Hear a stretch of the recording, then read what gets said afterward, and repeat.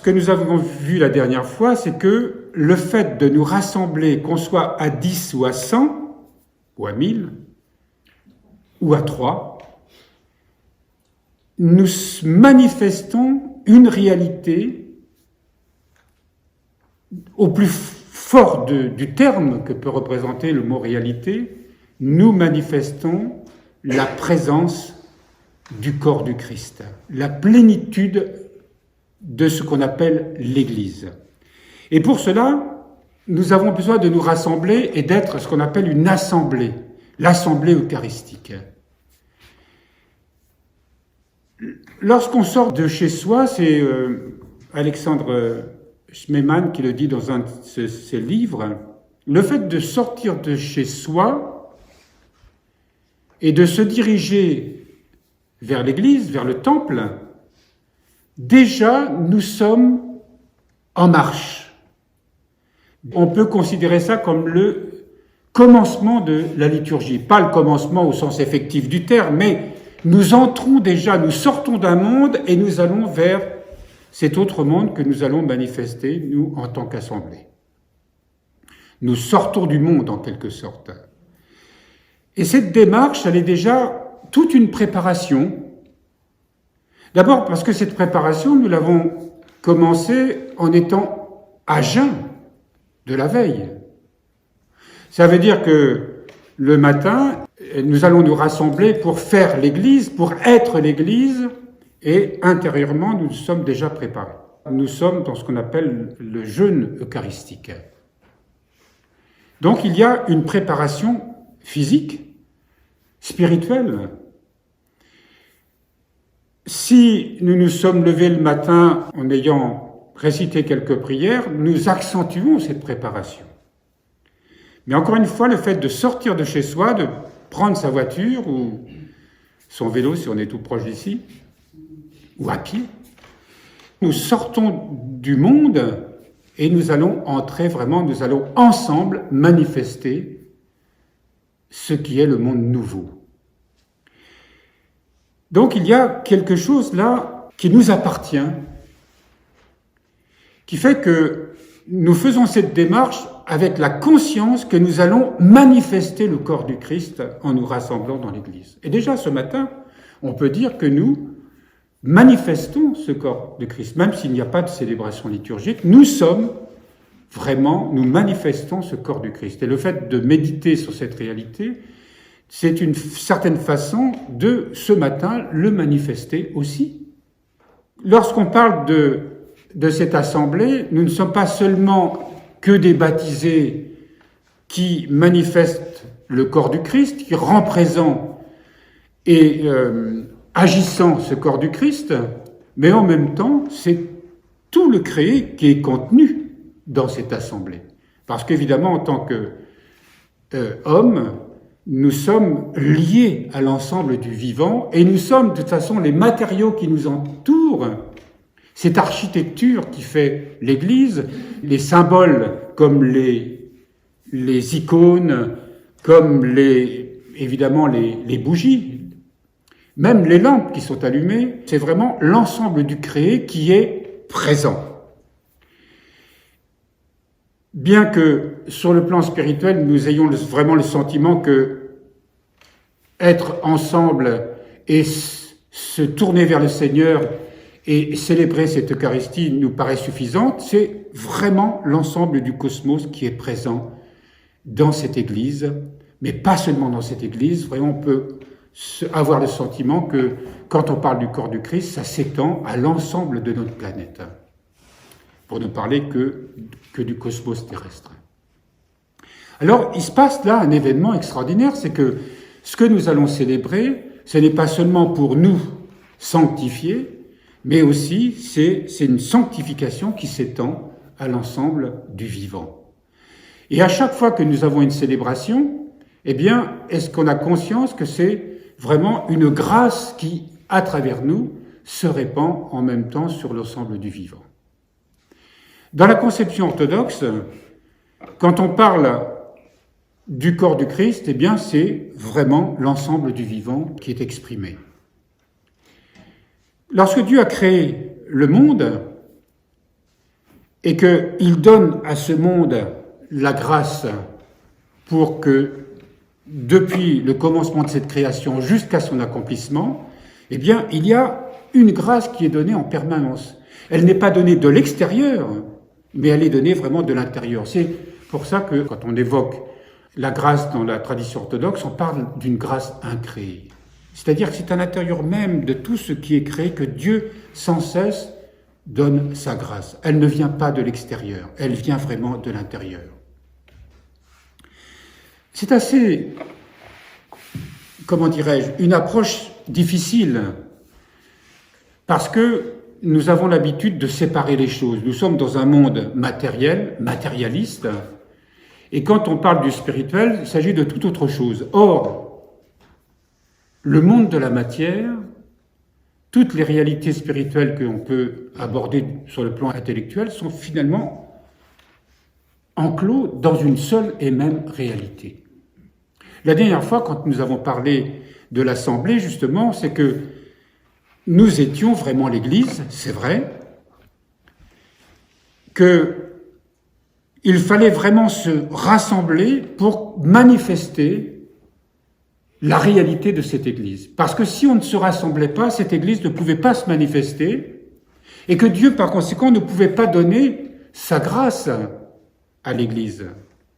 Nous sommes à la fois, quand on est rassemblé en tant que baptisé, l'Église au sens spirituel du terme, le corps du Christ. Or, nous savons que le corps du Christ est saint, immaculé, pur, que toutes les grâces que nous demandons émanent de ce corps du Christ, que quand on parle des sacrements, c'est le fait de parler du corps du Christ, le sacrement, c'est de manifester ce qu'est le corps du Christ. Et en même temps, nous savons bien que tous, nous avons besoin de grâce pour, peu à peu, devenir aussi parfaits que ce corps du Christ.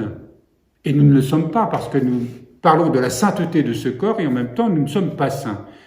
Il y a quelque chose, quand on parle de l'Eucharistie, de la liturgie eucharistique, à la fois quelque chose qui fait que, ensemble, nous exprimons la sainteté de ce corps du Christ, et en même temps, eh bien, nous avons besoin, nous, de la grâce sanctifiante de ce sacrement pour pouvoir, peu à peu, nous conduire vers cet accomplissement, vers l'achèvement de ce à quoi nous sommes appelés. En fait, quand on parle de l'Eucharistie, il faut concevoir ces deux extrémités. Nous sommes à la fois la parfaite sainteté, l'Église est sainte, l'Église est cette épouse immaculée que le Christ a épousée, et en même temps tous les membres qui composent ce corps du Christ ont besoin de se sanctifier parce qu'ils ne sont pas saints. C'est tout le mystère de l'Eucharistie. Alors, je vais vous parler ce matin, toujours dans ce livre sur l'Eucharistie, qu'il a appelé le sacrement du royaume, du père Alexandre Schmemann. Peut-être pourrais-je commencer par les symboles, ce qu'on appelle les symboles. Dans notre vision des choses, le symbole, c'est quelque chose qui figure une chose, une réalité. Alors que dans la liturgie et dans la conception orthodoxe, le symbole est une manifestation d'une réalité. Vous vous souvenez, la dernière fois, on a parlé des vêtements liturgiques. Je vous disais que le vêtement liturgique du prêtre, il monte à l'autel revêtu de l'aube, de l'étole, de la chasuble pour l'essentiel, et que ce n'était pas seulement le vêtement du prêtre, mais qu'en même temps, il montrait ce que nous étions tous, ce que nous avons tous reçu dans le baptême. L'aube, qui est le symbole évidemment de la nouvelle naissance, l'aube blanche. L'étole, c'était ce que le Seigneur a assumé, notre nature humaine. Il a transfiguré notre nature humaine. Et même si nous n'avons pas l'aube blanche et que nous n'avons pas l'étole, eh bien, cela signifie que, malgré tout, que nous portons cette vie nouvelle en nous, que cette étole que nous n'avons pas, que seul le prêtre a, mais il l'apporte pour nous tous, montrait que le Seigneur avait transfiguré, ressuscité cette nature humaine, qu'elle était désormais parfaitement unie à Dieu, que ce que nous célébrons au moment de la fête de l'Ascension, c'est que nous sommes vraiment assis à la droite de Dieu, que notre nature, que notre humanité est unie à la divinité du Christ, à la divinité de Dieu, à la Sainte Trinité, sans pour autant évidemment se fondre en elle. Dieu reste incréé dans sa nature divine et l'ensemble du créé, bien que pénétré par sa grâce, reste tout de même distincte. Et puis cette chasuble qui montre à quel point nous sommes vraiment revêtus de la gloire de Dieu, que nous manifestons la gloire de Dieu. C'est pour ça que les vêtements liturgiques sont dorés, lumineux, même si on emploie des couleurs différentes pour marquer les temps liturgiques comme en Occident, mais même dans la tradition orthodoxe, on a coutume d'utiliser des vêtements plus sobres dans les temps de carême, par exemple, ou les temps en dehors des grandes fêtes, et particulièrement pour les grandes fêtes, ce sont des vêtements qui sont extrêmement riches, chatoyants, lumineux, dorés. C'était intéressant de constater que le prêtre qui a reçu son ministère de l'Assemblée, vous vous souvenez de ça, on avait surtout montré que l'Assemblée que nous formons, tous les ministères naissent de ces assemblées. Le prêtre, lorsqu'il est ordonné, ne reçoit pas une grâce qui lui vient d'ailleurs, au-dessus de cette assemblée. C'est vraiment, nous formons l'Église, nous sommes l'Église, nous sommes le corps du Christ. Il n'y a rien au-dessus de cela. C'est à l'intérieur de ce corps du Christ, donc de l'assemblée que nous formons, que les ministères de l'Église naissent, sont donnés. Le prêtre à l'autel, je vous le rappelle, lorsqu'il monte à l'autel, a reçu un ministère qui lui est donné par nous tous, en quelque sorte. Mais ce n'est pas un ministère que nous possédons au sens propre, au sens humain du terme, évidemment. C'est la grâce sanctifiante qui est, à travers le ministère, qui est donnée à l'Église. Parce que le prêtre, quand il célèbre et qui monte à l'autel, revêtu de tous ces habits qui montrent ce que nous sommes déjà, mais tout ceci, nous le sommes potentiellement, mais ce n'est pas encore accompli véritablement. Nous avons besoin, pour cela, de recevoir le sacrement de l'Eucharistie, ou tous les sacrements de la vie de l'Église, pour que nous puissions vraiment devenir en plénitude ce corps du Christ. Alors, les autres symboles, eh bien, le symbole, c'est quelque chose de vivant.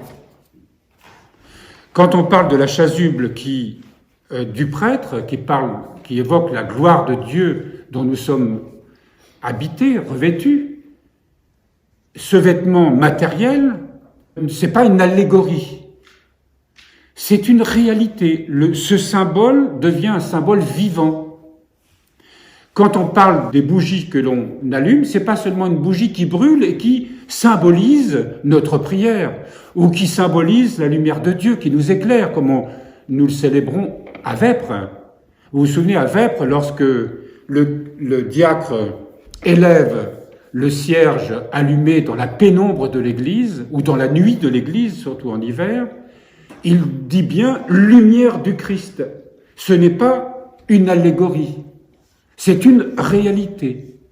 Cette lumière que nous voyons sur le plan physique évoque une autre lumière invisible, mais à ce moment-là, ce symbole que nous voyons est lié au symbole d'en haut, si je puis dire, et il évoque la réalité d'une lumière que nous, spirituellement, nous percevons. Elle est réelle. Et le cierge, à ce moment-là, n'est pas quelque chose de secondaire. Il exprime, il révèle, il manifeste la lumière divine. Donc, tout ce qui sera utilisé durant la liturgie évoque quelque chose qui est une réalité, qui n'est pas symbolique au sens où on l'entend habituellement. La notion de symbole montre au contraire une réalité. Le fait de le manifester physiquement au sein de la liturgie révèle cette réalité sur le plan spirituel. C'est l'icône, nous avons parlé la dernière fois, est une expression parfaite pour cela. Nous savons que quand les iconographes peignent une icône, ils doivent suivre des canons précis. Ce n'est pas peindre une image pieuse, réaliste, selon sa sensibilité, selon sa piété. Il s'agit en suivant ces règles qui sont imposées, justement de contenir notre imagination, de contenir notre désir d'exprimer ce que nous ressentons dans notre sensibilité humaine. Il s'agit de faire en sorte que l'image que nous peignons puisse exprimer cette lumière divine, la transfiguration de la nature humaine. Que ce soit l'image du Christ, de la Vierge, des saints, des fêtes, ou etc., on doit pouvoir évoquer justement cette lumière. Or, une icône devient un symbole, mais c'est un symbole vivant. Lorsque nous la regardons, nous ne regardons pas une image pieuse. C'est vraiment, elle exprime la transfiguration de la nature humaine. Et c'est quelque chose de concret. C'est pas quelque chose qui est une allégorie. Même l'encens que nous utilisons. Alors l'encens, c'est nos prières qui montent vers Dieu. Quand nous sommes dans la liturgie, le ciel et la terre sont réunis. Il n'y a pas le ciel d'un côté et nous en bas qui essayons d'atteindre le ciel péniblement. C'est vraiment l'évocation de quelque chose qui est total, qui est vrai, qui est vraiment manifesté dans la réalité de l'assemblée eucharistique. Et donc l'encens, c'est la prière, pas seulement notre prière, c'est celle du Christ qui se tourne vers le Père pour rassembler nos prières, c'est celle des anges qui ne cessent de louer Dieu éternellement. C'est le parfum, la bonne odeur, on va dire, qui rassemble la louange du ciel et de la terre. Et qu'est-ce que c'est la louange, si ce n'est rendre grâce d'une manière incessante pour tout ce que Dieu nous donne, pour tout l'amour qu'il ne cesse de nous donner, pour le fait d'être créé et de nous réjouir d'être sa créature. Par exemple, est-ce qu'on peut dire d'une rose, lorsque on regarde ces fleurs qui sont merveilleuses, mais pas seulement les roses, il y a toutes sortes de fleurs évidemment, toutes les plantes, nous en prenons soin parce qu'elles sont évocatrices de la beauté de Dieu et surtout de leur parfum. Alors je reviens au parfum de la rose.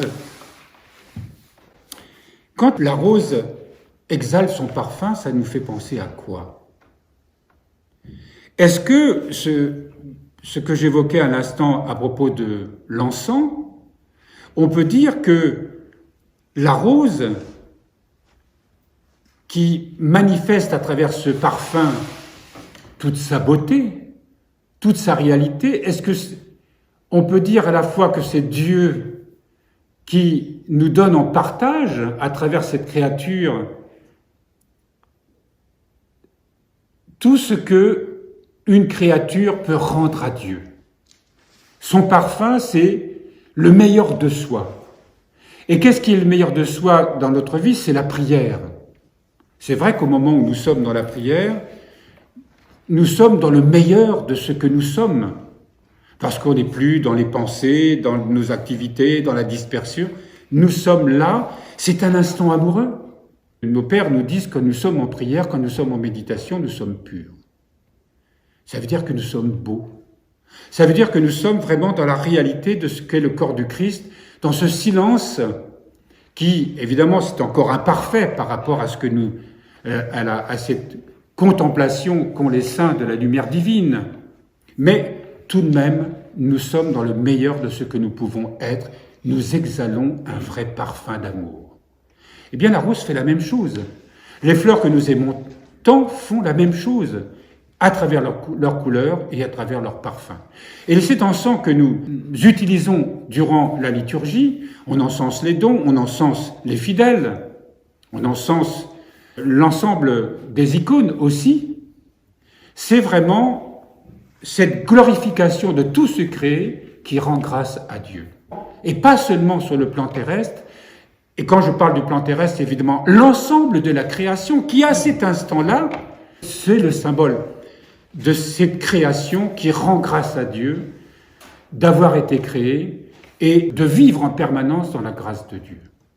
et de croître et grandir avec l'ensemble de tout ce qui est créé, et surtout à travers nous, puisque cette création nous a été donnée, pour que vraiment, à travers nous, elle puisse devenir un jour immaculée. Parce que toutes les plantes aspirent, elles ne sont pas seulement dans l'ordre naturel amenées à croître, mais elles sont amenées aussi à être un jour, connaître la résurrection avec l'ensemble de l'humanité. Donc la liturgie, elle exprime cette réalité. C'est toute la création qui, à travers cette liturgie, est appelée à sanctifier, à être sanctifiée, à glorifier le Seigneur et à connaître cette glorification totale. Donc tous les symboles qui sont utilisés sont des symboles vivants. Nous manifestons non seulement le corps du Christ dans sa totalité, mais ça veut dire aussi que l'ensemble du cosmos est contenu dedans. Nous sommes, par notre présence dans le Christ, nous sommes l'ensemble du vivant présent. Le corps du Christ s'étend à l'ensemble de la création. Et nous le manifestons, nous. Mais qu'est-ce que nous manifestons? Nous manifestons ce cosmos déjà glorifié, déjà sanctifié dans le Seigneur, déjà ressuscité dans le Seigneur. Et pourtant, nous venons de dire que, aussi, nous avons besoin d'être sanctifiés, et le cosmos aussi, à travers nous, a besoin de grandir, de croître dans cette sanctification pour que, un jour, il puisse, avec nous, ensemble, connaître la plénitude de la résurrection, de la vie nouvelle. Donc, il y a une vie nouvelle réelle, mais elle n'est pas pleinement encore accomplie. C'est pour cela que le Seigneur a institué le sacrement de l'Eucharistie. Durant la célébration, il y a forcément une chronologie. Il y a une sorte de montée vers ce moment où on va vraiment recevoir le corps et le sang du Christ, où on va vraiment communier à la vie divine. Et rappelez-vous que la dernière fois, je vous disais que on ne vient pas à l'Église pour aller chercher sa grâce personnelle. C'est que de toute manière, nous étions un corps et que même quand on monte à l'autel pour recevoir le corps et le sang du Christ, c'est ensemble qu'on le reçoit. Et on ne le reçoit pas seulement pour nous, mais c'est toute la création qui, à travers nous, communie. C'est mystérieux, n'est-ce pas? Mais ça, c'est le grand mystère justement de l'Eucharistie que nous avons besoin de saisir. Et à travers nous aussi, l'humanité, d'une certaine manière.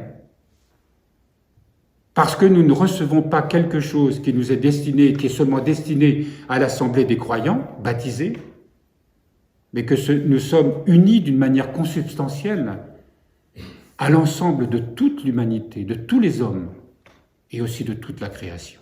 Tout ce que nous vivons ici dans ce temple concerne l'ensemble de l'humanité et l'ensemble du vivant.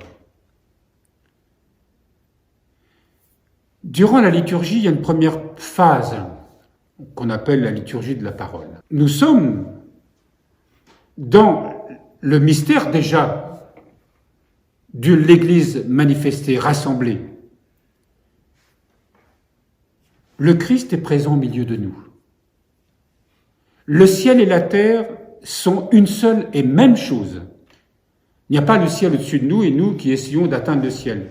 C'est une seule et même chose. Quand on parle du corps du Christ et de cette assemblée qui manifeste le corps du Christ, c'est que le ciel et la terre sont une seule et même chose. Ce n'est pas deux choses distinctes. La distinction que l'on fait, c'est le fait que nous sommes dans un monde incarné et qu'il y a le monde visible et invisible, qu'il y a le monde des anges et des saints, et des défunts aussi. Mais dans la liturgie Eucharistie, nous devenons une seule et même chose. Cette même réalité, elle est manifestée parce que nous sommes unis, parce que nous avons entendu l'appel de Dieu. Mais quand on arrive d'une manière un petit peu dispersée et qu'on repart quand on veut, qu'on sort comme on veut, etc., comme on le voit d'ailleurs dans les églises orthodoxes, il y a une rigueur de ce point de vue-là dans la tradition occidentale qui est plus évidente. Mais même ici, nous n'avons pas de banc, donc on peut se déplacer à notre guise. N'oublions pas que vraiment nous devrions assister à la liturgie depuis le début jusqu'à la fin. Et que nous ne pouvons pas nous permettre de se détacher de ce corps. Alors bien sûr, s'il y a des urgences, ce qui peut arriver, Dieu le sait, et son économie nous donne toute la grâce de faire ce que nous avons à faire, de vivre ce que nous avons à vivre, si nous ne pouvons pas être là pendant l'heure et demie ou les 2 heures de la liturgie. Mais nous devrions être quand même présents de bout en bout, parce que manifester la réalité de ce corps du Christ, c'est vraiment une réalité. C'est pour ça que je vous disais la dernière fois qu'il est difficilement concevable que même si aujourd'hui on a l'habitude des messes télévisées, et que c'est un moindre mal pour une personne âgée qui ne peut pas se déplacer, qui se trouve en EHPAD, parce qu'il n'y a plus beaucoup d'aumôniers, plus beaucoup de prêtres, et que la déchristianisation de l'Occident en général, mais plus particulièrement de notre pays, fait que c'est toujours mieux que rien. Et que l'économie divine, ce qu'on appelle la communion spirituelle, est aussi une réalité. Je vous ferai un jour un cours sur ce qu'on appelle vraiment la communion spirituelle. Mais les technologies aujourd'hui qui ont envahi notre mode de vie fait que nous prenons l'habitude de communiquer par écran interposé et qu'on trouve ça normal. Et que c'est plus facile d'envoyer des SMS, de téléphoner, et de partager comme on le fait avec abondance cette nouvelle manière d'être en relation. Nous croyons et nous pensons que c'est une vraie communication. Et c'est tellement installé dans nos modes de vie qu'on en vient à penser que finalement nous pourrions célébrer une liturgie comme ça à distance par les moyens aujourd'hui, on en connaît. Alors il y a les diffusions que nous faisons le dimanche, là c'est un petit peu dans le même ordre que la télévision que j'évoquais tout à l'heure.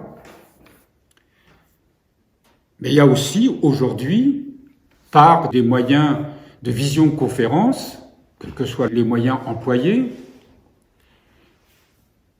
ou les applications employées pour cela, de croire que nous pouvons vivre véritablement une liturgie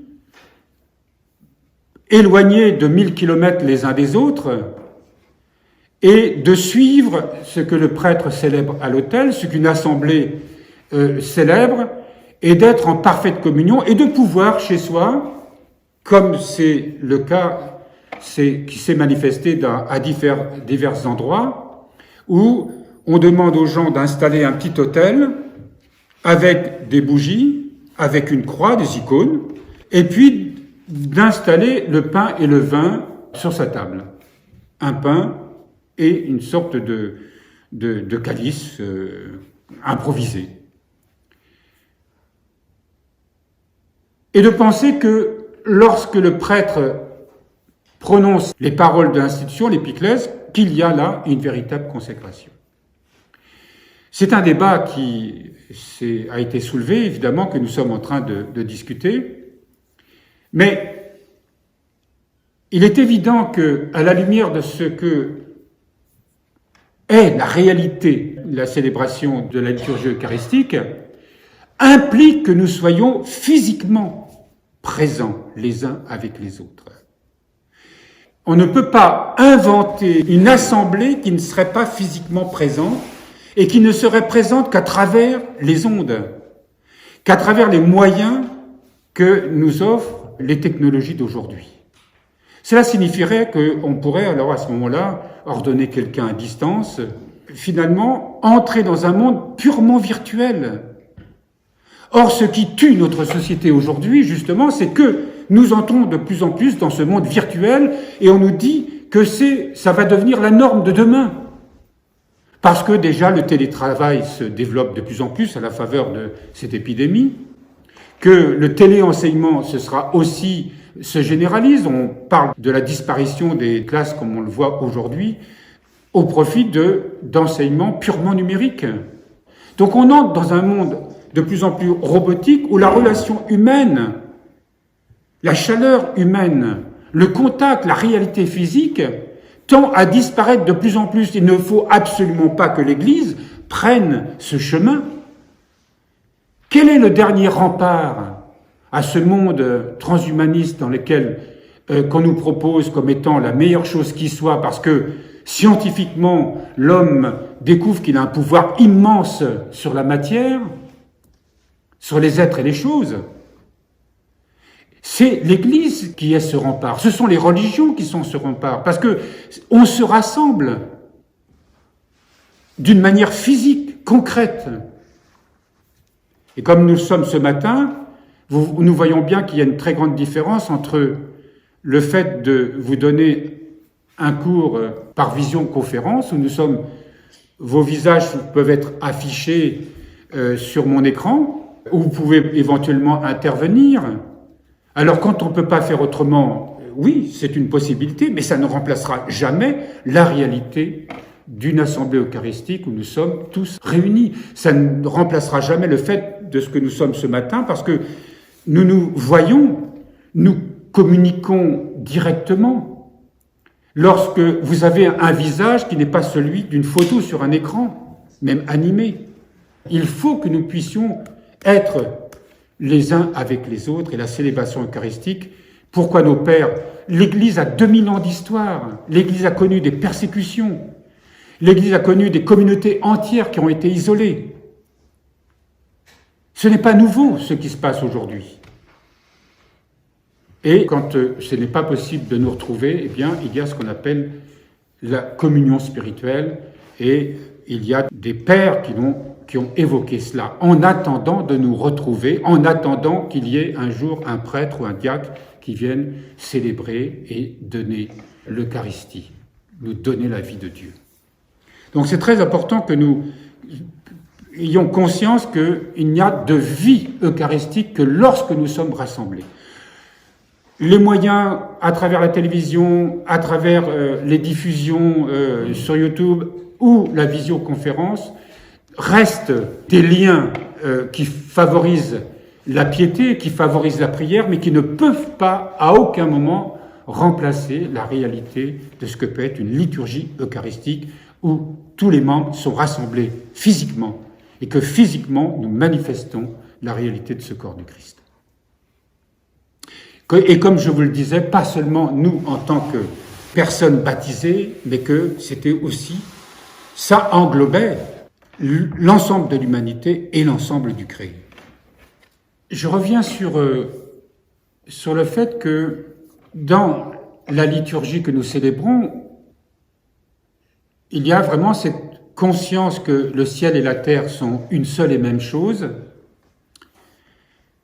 que le Christ va à nouveau et une fois pour toutes se donner ce sacrifice qu'il a accompli une fois pour toutes sur la croix il y a 2000 ans, un peu plus de 2000 ans, se renouvelle au moment de la liturgie eucharistique. Se renouvelle en ce sens qu'on le réactualise, parce que lorsque nous entrons dans l'Église et que nous commençons cette célébration, nous ne sommes plus dans le temps humain, nous sommes dans le temps de Dieu. C'est-à-dire ce temps de l'éternité qui n'est pas lié, comme ici, aux années, aux 24 heures que nous avons créées pour marquer le jour et la nuit, que nous ne sommes pas dans le temps des saisons, des cycles. Le temps de Dieu est au-delà de tout cela. Nous sommes véritablement dans ce temps où tout ce qui a été vécu, c'est comme si nous revivons, mais d'une manière réelle, tout ce que le Christ a vécu. Par exemple, lorsque il y a la procession de l'Évangile. Vous avez remarqué que la procession de l'Évangile est solennelle. Elle n'est pas le symbole, pour revenir au symbole, du Christ qui descend dans le monde et qui prêche, qui annonce par sa parole, qui annonce le royaume. C'est pour nous, véritablement, le Christ présent et qu'il annonçait véritablement la parole. Ce que les lecteurs, les diacres, sous-diacres ou prêtres, lorsqu'ils nous annonce la parole de Dieu, c'est le Christ qui nous l'annonce véritablement. Alors évidemment, ça fait toujours un peu écran de voir un lecteur, un sous-diacre ou un diacre, voire un prêtre qui annonce la parole et qui la dit pas forcément parfaitement. C'est tout l'enjeu d'ailleurs, toute l'importance de la formation, et c'est difficile de pouvoir annoncer, de chanter, c'est pour ça qu'on la chante dans la tradition orthodoxe. Ce n'est pas une voix humaine qui peut exprimer seulement la parole de Dieu. Elle est chantée pour que l'humain qui annonce cette parole puisse s'effacer derrière la puissance de cette parole. Mais c'est le Christ qui l'annonce. Il est là, derrière l'humble clerc qui annonce cette parole, c'est le Christ lui-même, il est vivant. Ce n'est pas symbolisé, il est vraiment présent pour nous. Tous les événements de la liturgie sont comme s'ils étaient une réalité. Le prêtre ou l'évêque qui est à l'autel, c'est vraiment le Christ qui est présent. Ce n'est pas le Père un tel seulement. C'est le Christ qui est présent. Il est la tête de ce corps. Il est le cœur de ce corps. Nous sommes tous là avec lui à l'autel. C'est une réalité. Lorsqu'il y a la procession des dons, vous avez remarqué avec quelle solennité on chante cette procession des dons. Et nous nous inclinons. Pourquoi on s'incline? On sait que c'est le pain et le vin, on se dit, mais ils ne sont pas encore consacrés. Pourtant, dans le temps de la liturgie, du commencement jusqu'à la fin, il y a, dans cette réalité-là, bien qu'il y ait une chronologie, parce que s'il n'y avait pas de chronologie, évidemment, pour nous qui sommes ici-bas, on n'y comprendrait pas grand-chose, mais tout ça forme un tout. On ne sait pas à quel moment sont consacrés ces saints dons. Alors vous allez me dire, mais si, c'est au moment où on récite les paroles du Christ, et puis après on appelle l'Esprit Saint, on se recule 3 fois, et là on se dit, ça y est, l'Esprit Saint, ça y est, les dons sont consacrés, c'est le moment de la liturgie.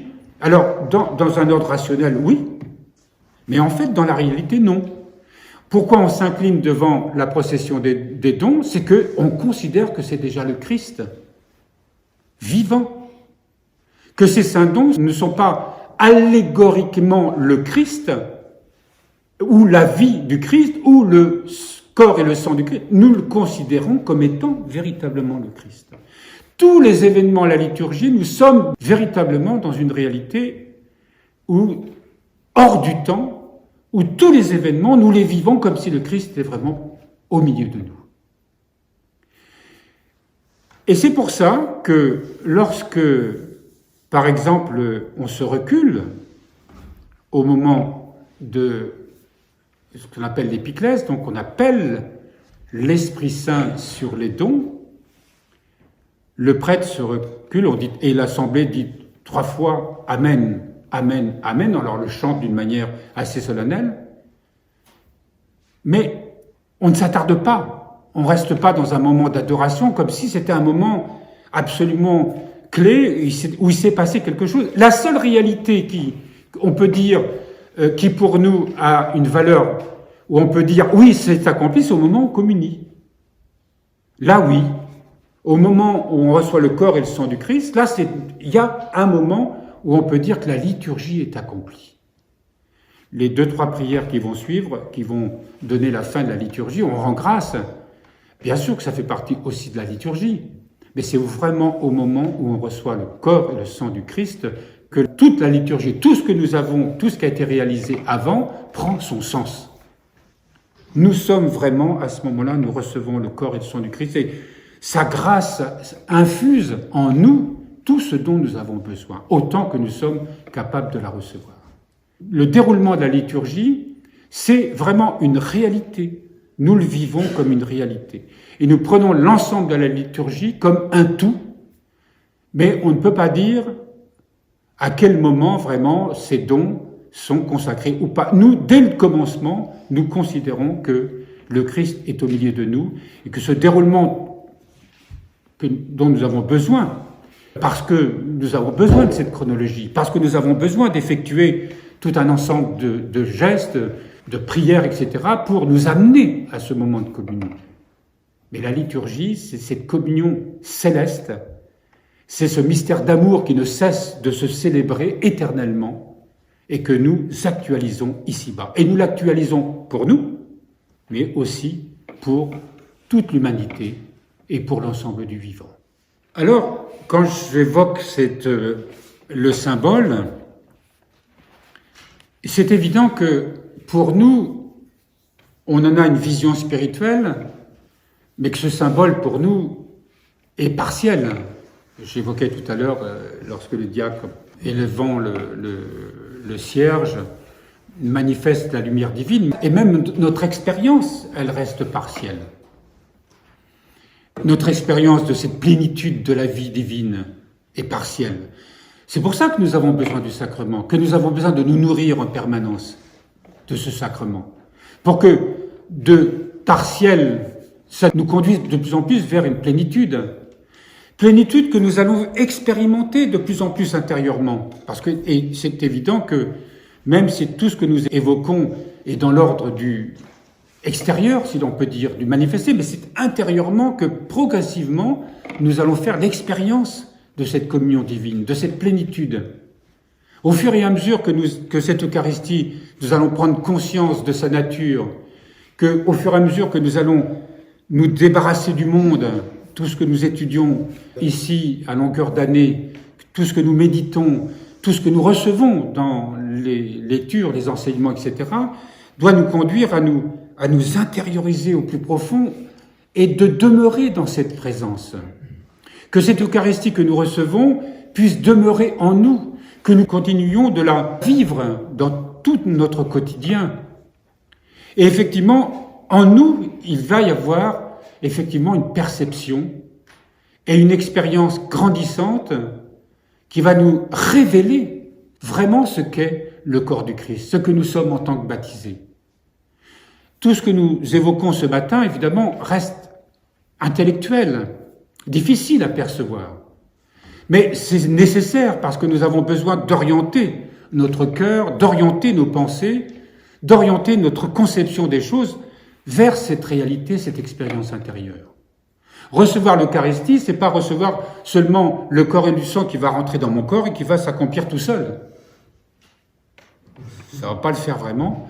C'est vraiment si nous le recevons avec humilité, avec piété. Même s'il y a une réalité matérielle, physique, il n'en demeure pas moins que manger, c'est nous nourrir. De même que nous avons besoin de manger pour nourrir notre corps, physiquement, c'est aussi un lien avec une nourriture spirituelle. Manger le corps et le sang du Christ, c'est se nourrir spirituellement. Et même d'ailleurs, quand on mange, vous savez que dans les monastères, le réfectoire, c'est à l'image d'une église. D'ailleurs, dans les grands monastères, il y a l'abbé avec le prieur ou sous-prieur au fond, et puis il y a la rangée des moines de chaque côté. Et on mange en silence. Parce que manger, c'est conçu aussi comme dans la continuité de l'Eucharistie. La nourriture est sacrée. Elle est un don de Dieu. Pour ça qu'on bénit, qu'on rend grâce. Et que nous mangeons véritablement en rendant grâce. Souvent, voilà, on est dispersé, on parle de tout, de rien. Alors, il y a un temps pour tout, mais dans les monastères, évidemment, où on essaye de garder cette intégrité intérieure, cette proximité avec la présence de Dieu, eh bien, même le repas est pris comme une sorte d'extension de l'Eucharistie. Et quand je vous parlais des fleurs, etc., dans tout ce que nous faisons, tout doit nous paraître comme une extension du mystère de l'Eucharistie. Ce n'est pas seulement réservé à un moment précis. Il y a dans toute célébration, et évidemment plus particulièrement dans la liturgie eucharistique,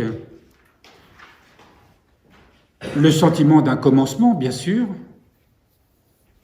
Quand on parle de commencement, on peut faire aussi, on se rend compte qu'avant la chute d'Adam et Ève, quand tout était harmonie, que le ciel et la terre étaient en pleine communion, que l'évolution des êtres et des choses se faisait dans la pleine présence de Dieu.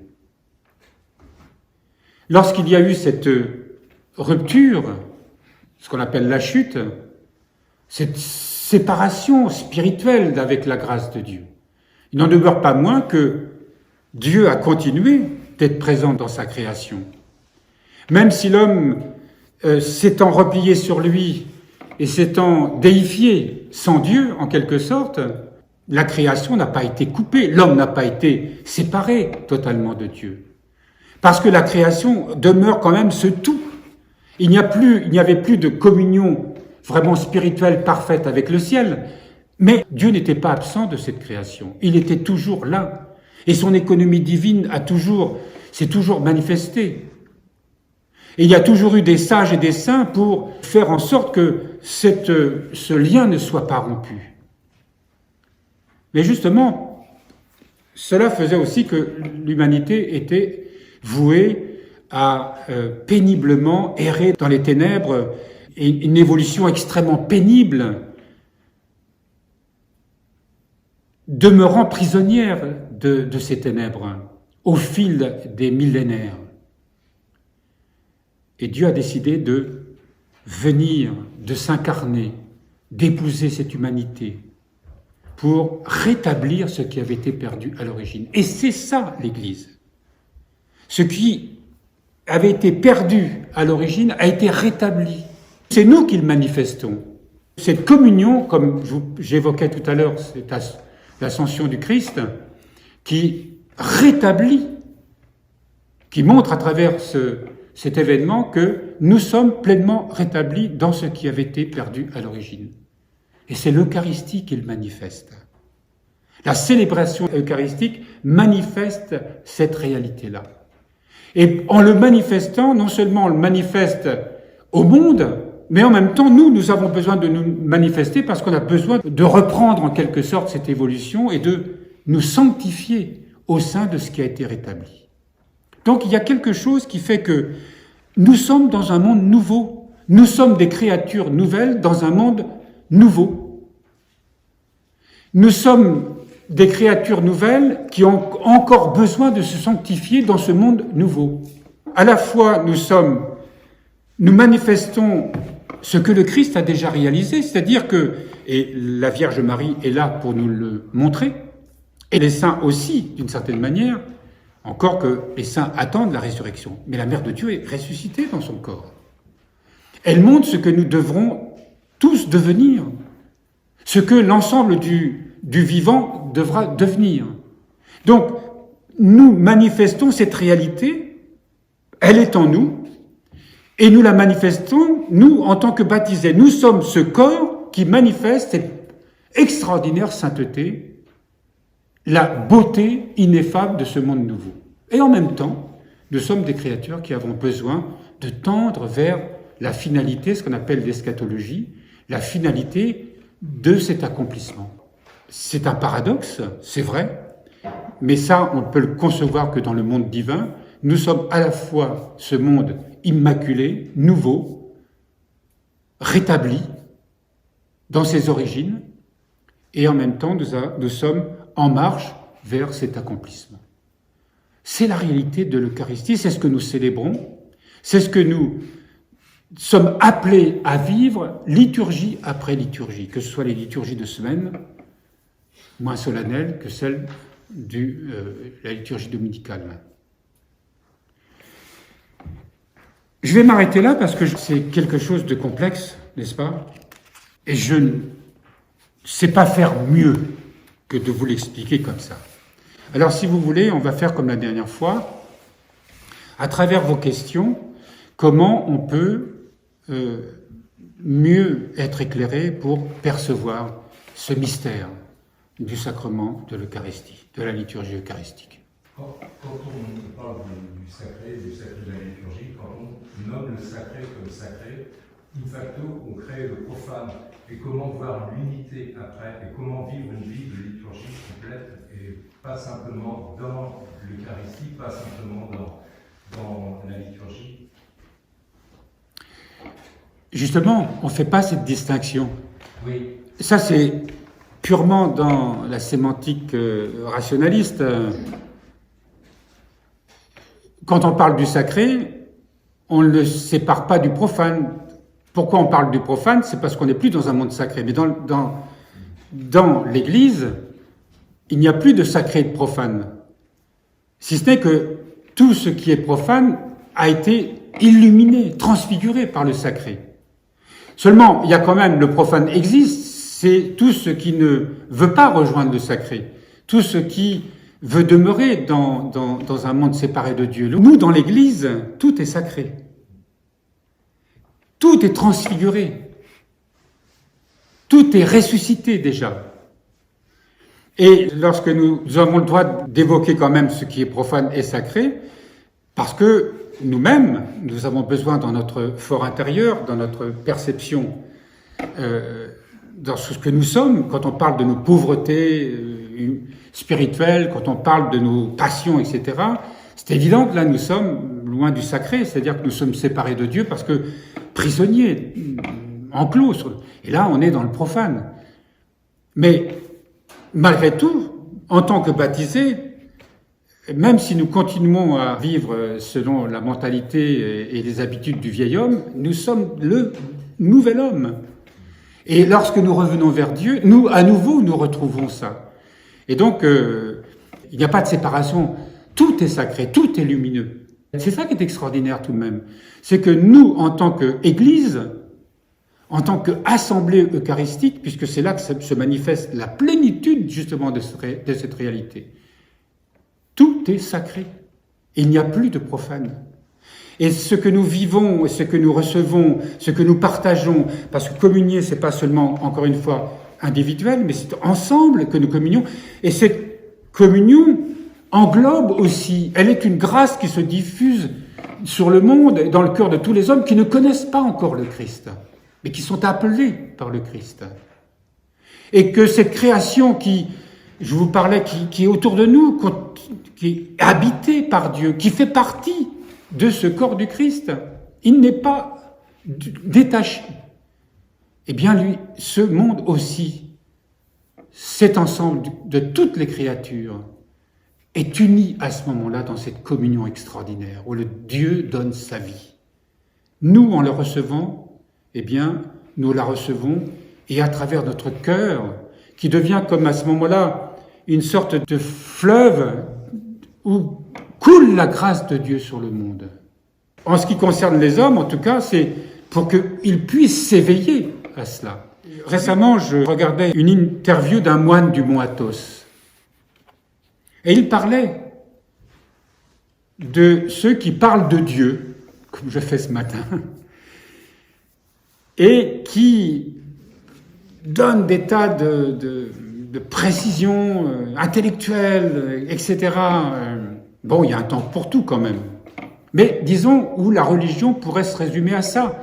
Regardez les milliers de livres qu'on a publiés, dits spirituels, dans un monde qui l'est de moins en moins. C'est un paradoxe, hein.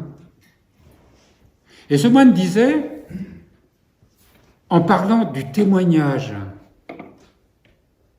de la sainteté qui nous remplit,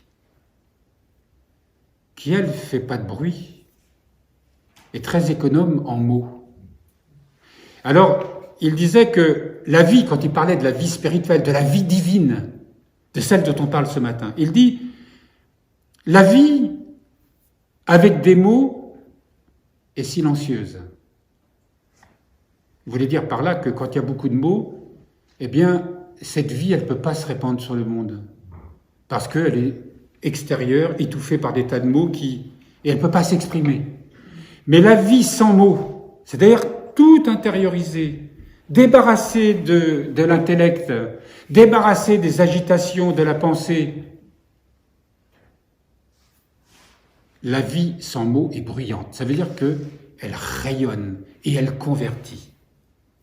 Alors, oui, c'est paradoxal, nous avons bien besoin de cours de théologie, nous avons bien besoin d'enseigner, etc. Mais cela doit conduire à une autre réalité qui, plus nous sommes remplis de la lumière divine, de la présence divine, de l'amour divin, moins on a besoin de l'expliquer et d'en parler. Et tout ce que nous sommes amenés à exprimer à ce moment-là, c'est de l'amour. Ça veut dire de la charité.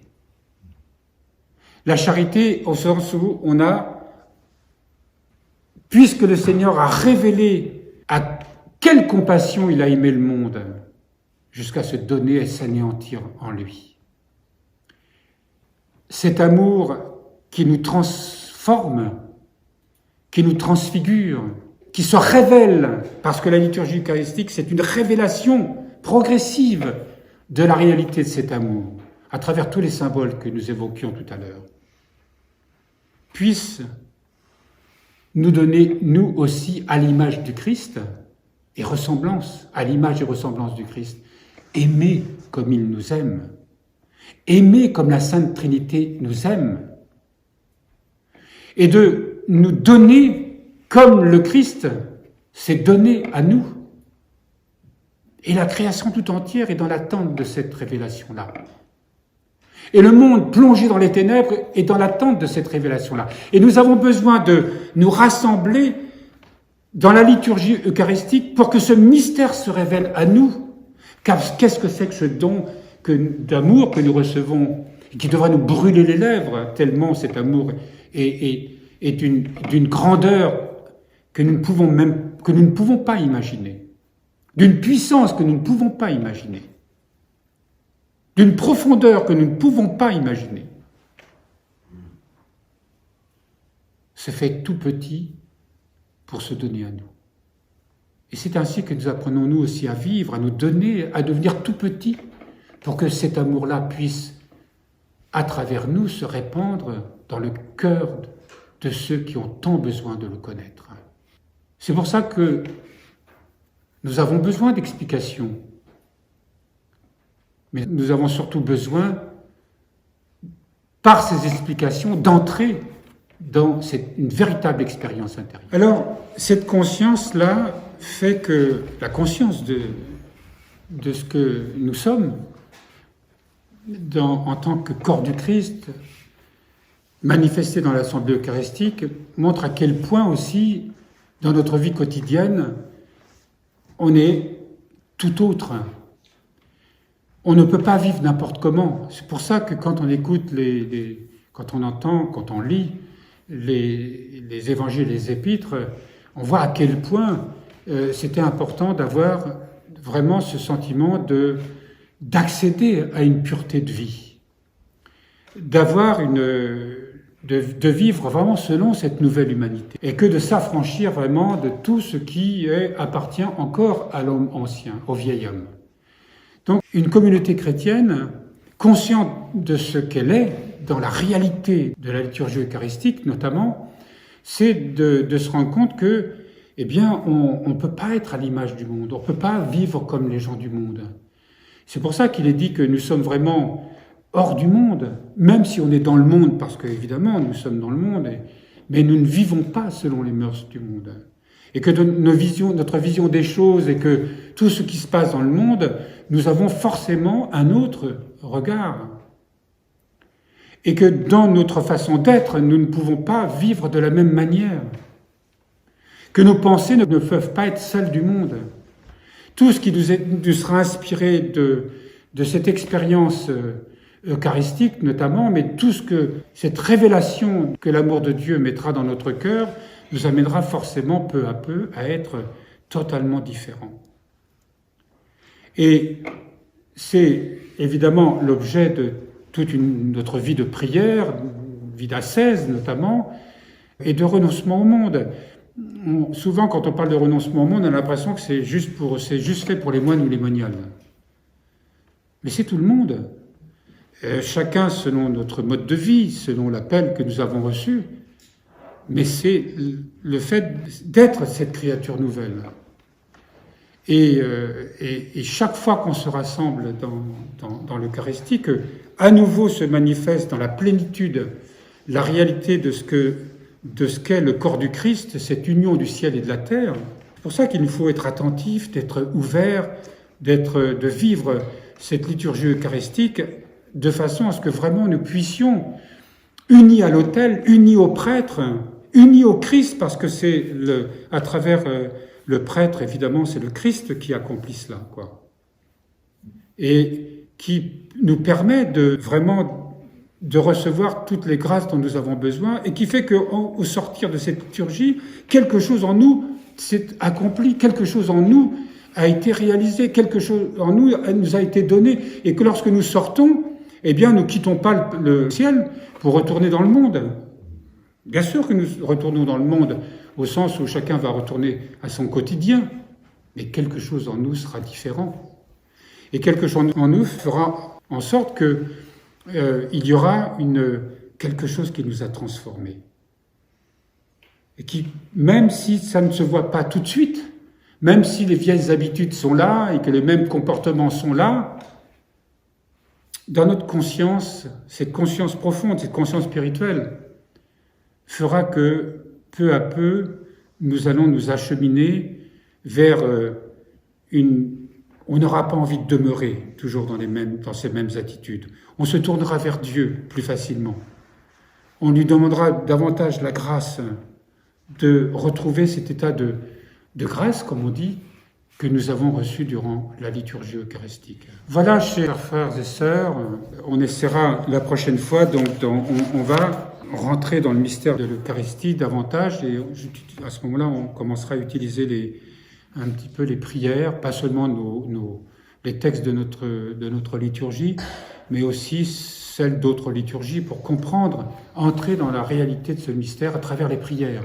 Parce que les prières, évidemment, elles sont faites, elles ont été écrites, conçues par nos pères qui, eux, avaient la pleine conscience de ce qu'était le mystère de l'Eucharistie. Alors chaque tradition, évidemment, a sa forme, a sa spécificité, mais on retrouvera toujours, de toute façon, cette réalité qu'on a évoquée ce matin, d'avoir conscience de cette dimension cosmique où le ciel et la terre sont réunis, où à la fois tous les symboles que nous mettons en œuvre sont évidemment des symboles visibles, matériels, mais en même temps, ils sont l'expression de quelque chose de réel. Et cette réalité-là, elle se manifeste véritablement à travers le culte que nous rendons à Dieu. Et de prendre conscience que combien nous sommes à ce moment-là vraiment des créatures nouvelles. Cette dignité qui fait de nous, à travers le baptême, des pleinement participants du corps du Christ, que nous portons en nous une vie, et que cette conscience de cette vie nouvelle en nous doit se grandir en nous, et que nous donne vraiment le sens de notre vocation dans la vie de tous les jours. Il est évident que si nous vivons vraiment ce mystère de la liturgie eucharistique, eh bien, peu à peu, nos communautés vont se transformer. Et comme je termine là-dessus, comme je vous le rappelais quand je vous le disais à propos de ce moine du Mont Athos qui parlait de cette vie avec un grand V, quand elle est faite de beaucoup de mots, quand on veut convaincre, quand on parle de Dieu d'une manière, je veux dire, plus intellectuelle, plus scolaire que vivant, eh bien, cette vie, elle ne peut pas se manifester. Et lui, il disait qu'elle est silencieuse.